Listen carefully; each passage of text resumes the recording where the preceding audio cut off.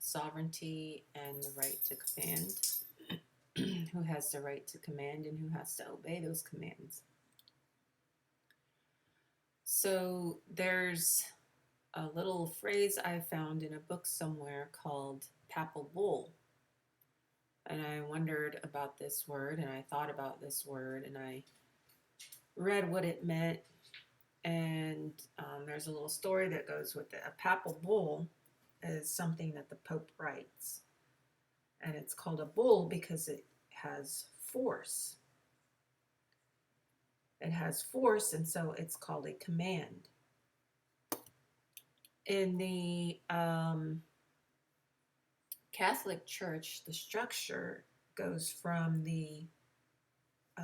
God to the Pope to the kings and queens, and they all claim to have sovereign power directly from God, which is why the colonists, they say, at least most of them, wanted to leave England and most of Europe because there was tyranny by the kings and queens using this structure of sovereignty, meaning that the king or the pope could force anyone to do anything upon his command. And our Declaration of Independence shows that those commands were often arbitrary and were done in vengeance. Vengeance is something that the founders wanted to make sure didn't occur here. And so they used the word in the Constitution, defense, with a C, because defense meant, with a C, meant fortify, and defense with an S is Latin for vengeance. Okay, that's not what they wanted. They didn't want to pursue an act of vengeance against anyone. They just wanted to fortify themselves and live in peace. So the kings and the popes, they commanded, and they called themselves sovereign. In the United States, we have a different system set up. A system that we have acknowledges that all men are equal and they're endowed by their creator with certain unalienable rights, which makes all the people, each individually, sovereign.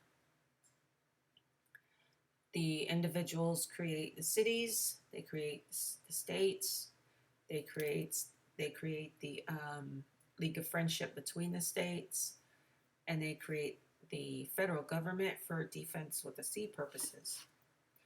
And so that sovereignty flows down upward. Okay, so by the time it gets to the federal government, it has very little right to sovereignty. Sovereignty is the right to command. Okay, and in our Constitution, the right to command by the federal government is just within itself for defense purposes. So the Constitution gave the federal government the right to command itself or its departments and agencies or the military to do certain things. And they were supposed to do those things in the name of defense with a C, which directly benefited or indirectly benefited all the people, all the free, sovereign, and individual people. So here we have an example of the command, shall. Okay, so shall is a command, may is not a command.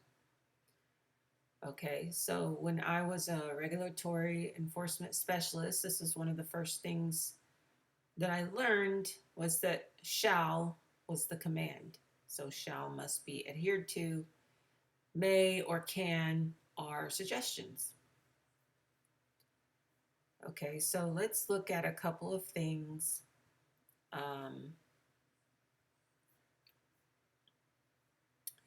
This, by the way, was 1 U.S. Code 106, so it's Title 1, U.S. Code 106, Printing Bills and Joint Resolutions. Congress shall, that means they're commanded to do a thing. Okay, and I find this from the OLRC website. Okay, and let's look at the president. We can look at delegation of functions.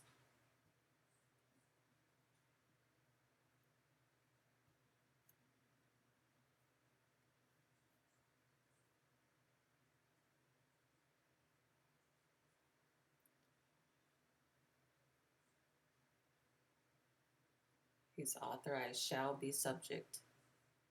Okay, shall be, will, must. It's a command. You will be subject to such terms and conditions and limitations as the president may deem advisable and shall be irrevocable at any time by the president in whole or in part. That's a command. Shall be subject to the terms. Okay, so those are commands.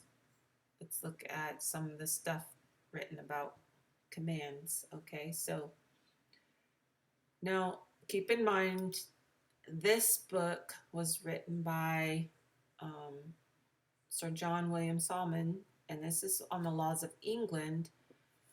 So their structure for government is a little bit different from ours, but the ideas behind those structures are basically the same. So it says the laws are the commands laid upon the state or laid by the state upon its subjects, and the law courts are the organs through which such commands are enforced. So we don't have subjects here, we have citizens and we have sovereign individuals. So the private citizens are the lawful creators of the state. So the citizens are sovereign over the state. The citizens are supposed to command the state. The states together combined ratified the Constitution, and so they are supposed to command the federal government.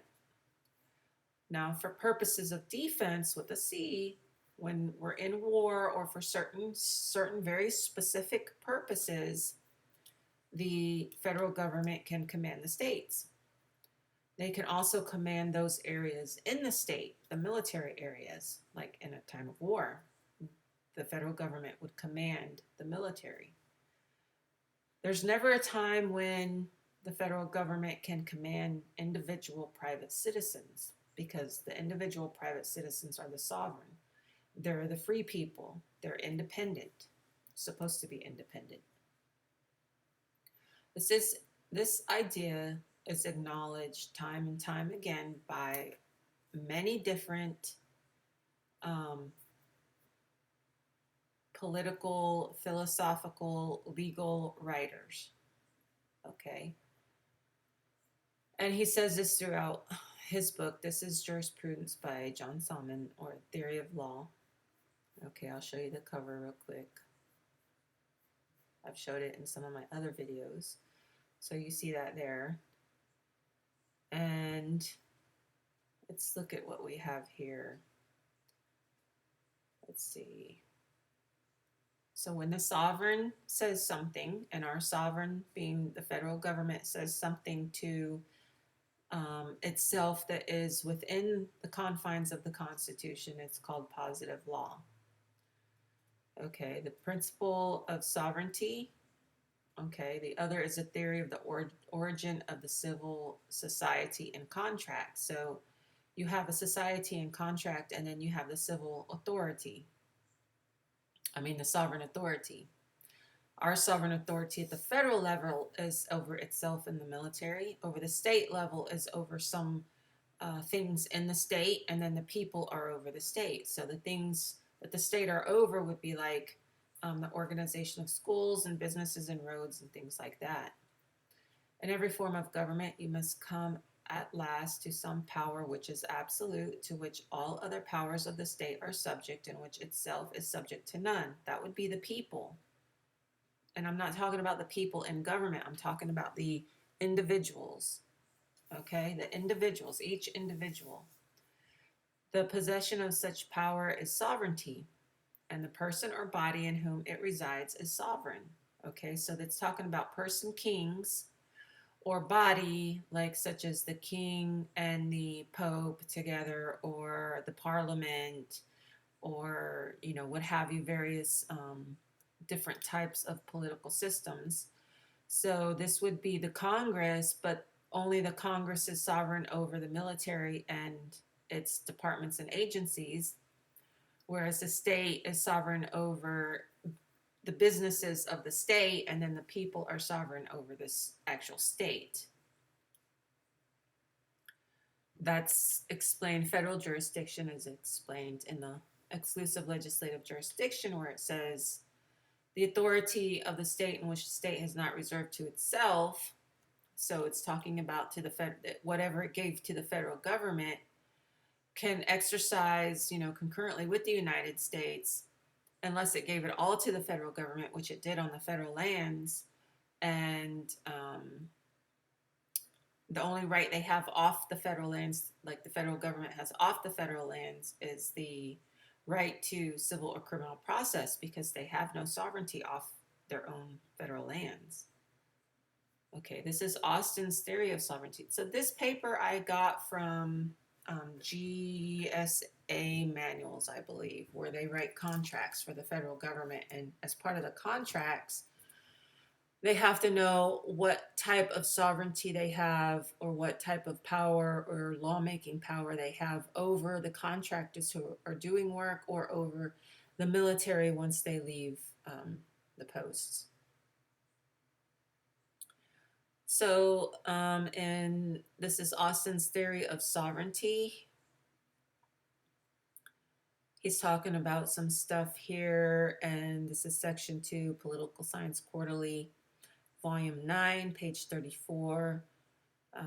Austin begins by distinguishing between positive law and moral, as he does not admit that anything but a command can properly be called a law. Okay, so in the Constitution, where it says that the federal government has the power to make law, it has the power to make law only over those jurisdictions to which it was given. Okay, and that's over the seat and the lands purchased. And I've talked about this many times in different videos, which is in Article 1, Section 8, Clause 17, where it talks about the exclusive legislative jurisdiction to be sovereign over the people and those areas. Okay, and you can read more about that in a federal report called Jurisdiction over Federal Areas Within the State, printed in 1956 and 1957. Okay, so here we have Austin's jurisprudence of positive law. So this was Austin's theory of sovereignty, and this is Austin's jurisprudence of positive law. And here it says positive law may be described as consisting of commands set as rules of conduct by a sovereign to a member or members of the independent political society. I'm going to enlarge this because I know it's probably hard to see. Okay, so positive laws are those things that the government has been given jurisdiction, authority, and power to make. Okay, those are the things in the Constitution. May be described consisting of commands. Now, I want to take you back over here for a second, because you see these asterisks here on these titles, like not one here, but here, here, here, not one, not one, not one. Okay, so these asterisks mean that they're made positive. Down here, here's your key. This title has been enacted as positive law. Okay, positive law means the title has been made into law and can be used as evidence of having been made a law in all the courts of the United States. Okay, it says that right there, 204A, Title 1, U.S. Code 204A. A positive law citation, meaning it's been made positive, it's a positive law, is evidence of the law having been, evidence of the title having been made a law, and then can be used as evidence as being a law in the courts of the United States. So the federal courts. Okay, so the Supreme Court is supposed to decide on whether issues are of a constitutional nature.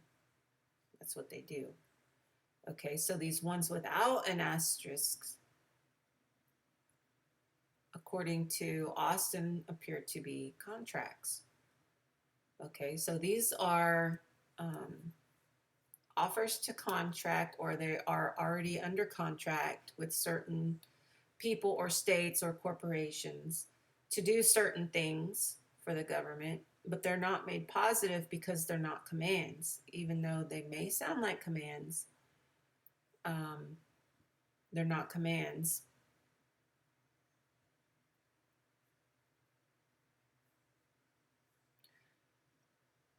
Or they may be commands after they've been signed and the contracts are then made law, because the laws are in the contracts and the contracts are in the laws. Here we go, may. Okay, because they cannot command anything when it's outside the Constitution, because they don't have the power, they don't have the sovereignty to command outside the Constitution. So 12 USC, Title 12 USC, banks and banking is not a constitutional law. And I know they tell you, like, for example, they tell you you have to pay federal taxes. Okay, well, federal taxation is not a positive law. Okay, so it cannot command anyone. Now, there are taxes in the Constitution, and those taxes are for those on federal lands. Okay, because the Constitution allows the federal government to do stuff on federal lands, because that's where its sovereignty is. Those are the law of the lands, meaning the federal lands. Okay, so it cannot command, but it can ask, and it asks by saying may. So when it says may, they don't have the power to do it until after you sign the contract. After you sign the contract, it becomes a law. How nice of it not to show up. My computer's really slow. You can go back and look at that. I wanted to show you that real quick. Shall and may, the difference between the commands and the requests. They can only request you to contract, but further in that Title 26, it may use the word shall, because it's assuming by then you have contracted. So commands set as rules of conduct by a sovereign to a member or members of the independent political society wherein the author of the law is supreme. The author of these laws are supreme, but only over the constitutional laws. Okay, so the sovereign makes commands, and the sovereign is the superior, and the superior commands the inferior, just like the Pope would command the king. The Pope may send out a papal bull, and he may command the king to do a thing. Collect more taxes, or set up a cathedral in a certain place, or give land to the Pope to set up a cathedral in a certain place, to go to war with another country, or whatever the Pope wishes. That's his command, because the Pope is the one who ordained the king. So in our political system, the people ordained and made sovereign the state for some purposes, and the state made the federal government sovereign mainly for defense purposes. And again, that's defense with a C. Okay, so you can Google OLRC, and you come to this website, and you can do searches, search shall, search may, and see. And you have to use your brain, you have to think a little, because in the non-positive codes, there may be the word shall, But it may be that it's saying its departments or agencies must, meaning shall, or command um, someone to do a thing, meaning that the agents are commanded to do it. So if you go to the hospital to have a baby, the people who work at the hospital may be required to ask you to do something. They're required to give you the form, the birth certificate form. They are required to give it to you because they're working as a legal entity under a legal name. Okay, I made a lot of videos on all this stuff, and you can go back and search through the titles and see if any of them appeal to your interest, and you can check those out. If you leave a question in the comment, I'll do my best to answer. Okay, so you go to the hospital to have a baby, and if the hospital's under federal jurisdiction or has contracts with the state to provide services to federal officers' employees, because there is no hospital at the closest military post that they're at, then they just have a blanket, they may have a blanket command to just ask everyone. You're given this parent worksheet, like for Texas, state of Texas. And so they are commanded to give it to you. You're not commanded to fill it out. You're not commanded to fill it out. Child's birthplace, private. Child's information, private. Parent one, current legal name. You could put private. I could put no contract. I could put none given. Child's legal name. You see that? That's how they did it. I didn't do that. I did not change this form other than to highlight. Okay, this is VS 109, last revised in 2016. You can, these are a little bit difficult to find if you don't know the form number and the name of the form, but now that you do, you can find it probably pretty easy. Okay.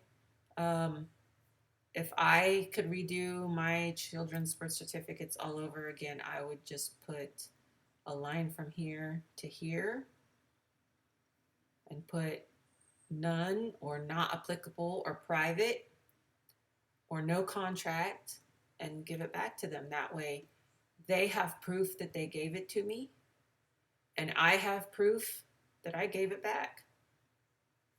So I satisfy their requirements. They were forced by law, commanded to give me the form to fill out.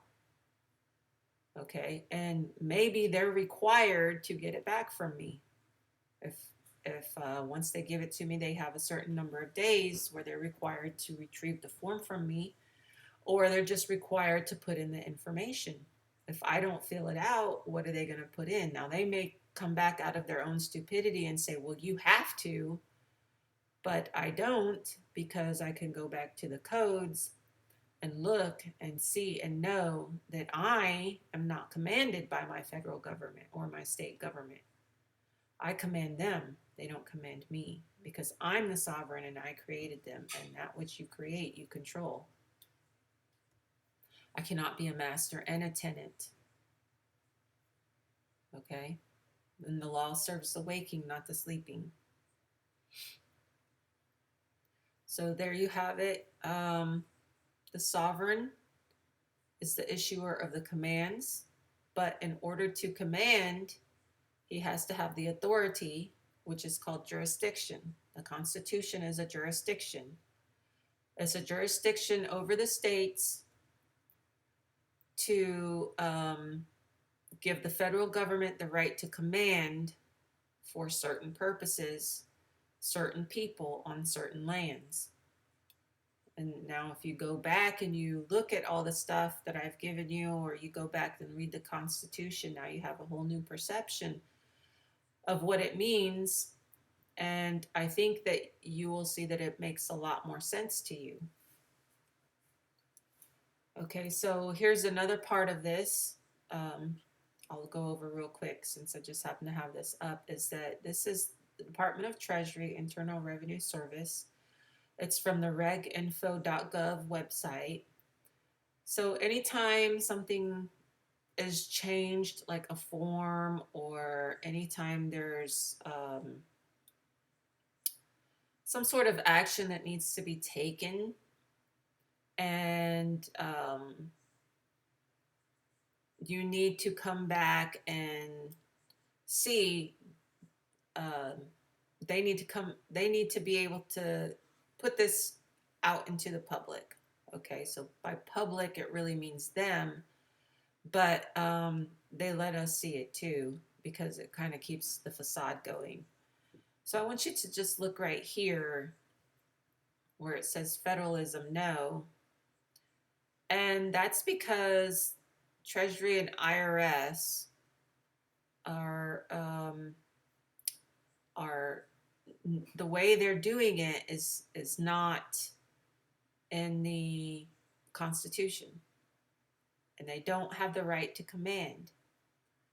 Okay, so when they say to file a notice redetermining of foreign tax civil penalties for failure to file, okay, now you have to really look at the code, because before you filed, did you fill out any paperwork saying you were going to file? If you did, then you have to file. If you didn't, then they have no record of you, and so you wouldn't file.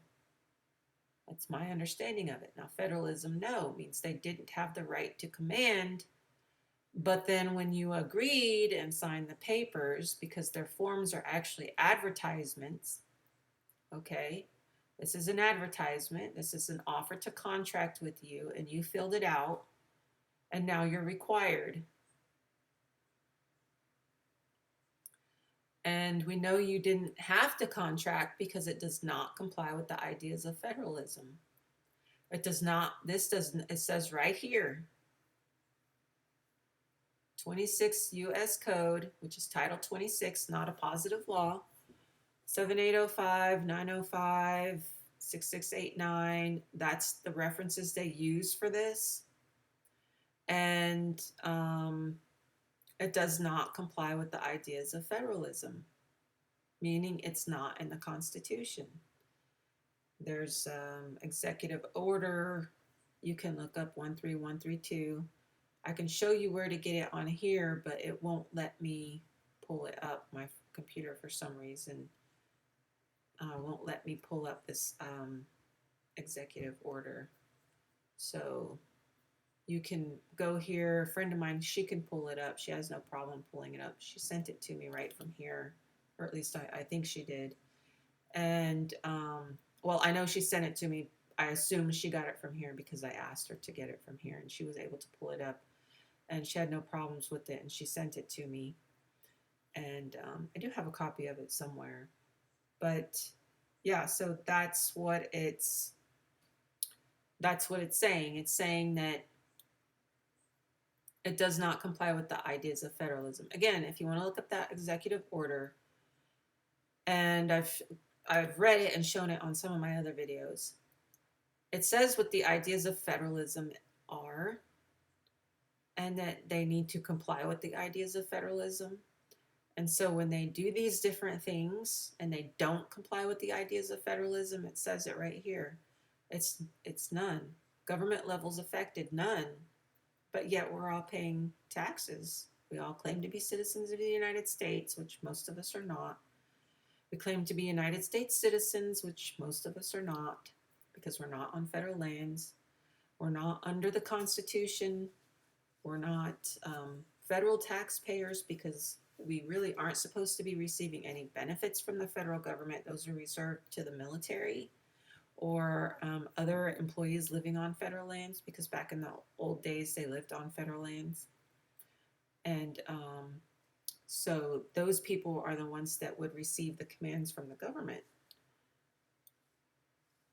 Okay, we as individual sovereigns, we do not. And if you want to know more about individual sovereignty and democracy, you can check out the video by Ron Paul that came out on Friday. I think Friday was the 19th.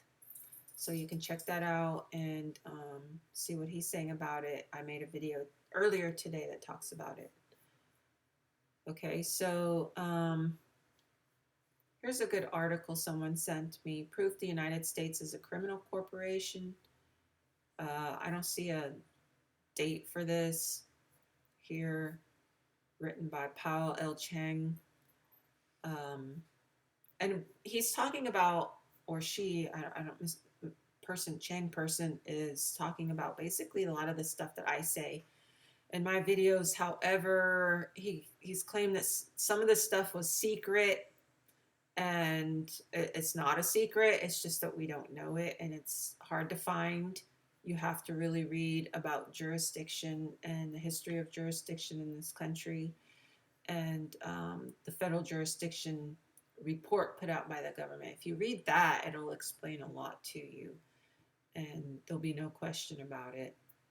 So that's my video on the commands from the sovereign, but you have to know who the sovereign is and whether or not they have sovereignty over you.